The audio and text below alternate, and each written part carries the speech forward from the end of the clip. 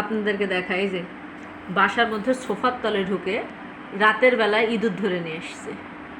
তা আমি বলতেছি মিনি গেল কোথায়?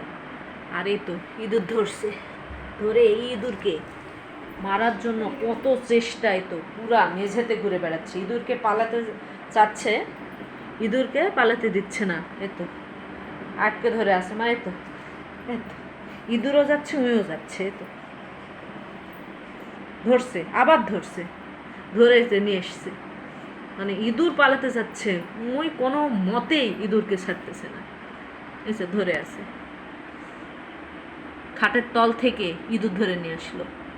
এইভাবে বাসার যত ইঁদুর তেলাপোকা যা আছে সব ধরে এই আমার এই পোষা বিড়ালটা আমার প্রচুর উপকার করতেছে। বাসাতেই তো ধরে আছে।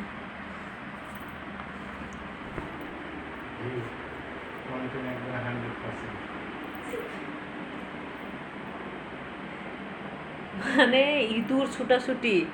এই তো আপনাদেরকে দেখাই, মানে বিড়াল কিভাবে ইঁদুর ধরে। তো পালা যাচ্ছে, আবার ধরতেছে, ধরে নিয়ে এসে তো কিভাবে মারবে যে পুরাটাই। এই তো আবার ধরছে, আমি তো ভাবছি মনে হয় এবার ঢুকে গেছে টিভির বক্সের মধ্যে, দেখি আবার ধরে নিয়ে এসছে। এই তো একটা ইঁদুর কিভাবে একটা বিড়াল ধরে আর তাকে ছাড়তেছেই না, মানে এইভাবে ধরে আস্তে আস্তে খেলতেছে আর মেরে ফেলবে।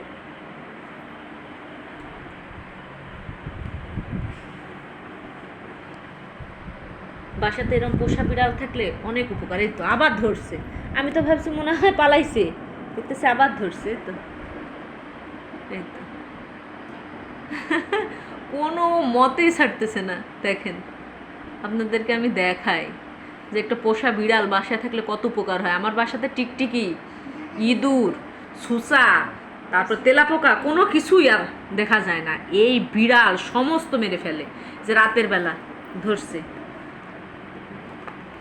কোনো মতে পালাতে দিবে না। তো হাত দিয়ে যে কিভাবে ধরে আছে, ধর ধর পালাবে, আবার ধরছে।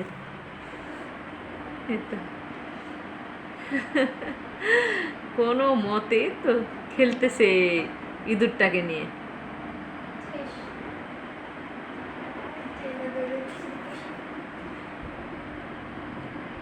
মানে কোনো মতেই ইঁদুরকে পালাতে দিবে না, ধরছে সেইভাবে ধরছে। আর ইঁদুরটা অনেক দুর্বল হয়ে গেছে, মানে এখন মারা যাবে কিছুক্ষণের মধ্যেই ইঁদুরটা। এই তো আচ্ছা আবার বাবা বলে শিকারি।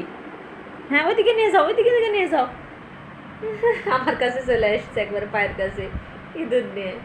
আমার পোষা বিড়ালটা অনেক লক্ষ্মী, বাসায় ইঁদুর, সুসা, তেলাপোকা, টিকটিকি কোনো কিছু আর থাকতে দেয় না, সব ধরে ধরে ধরে মেরে ফেলতেছে। এতে ভালোই হচ্ছে আমার উপকার। আজকে এই পর্যন্ত।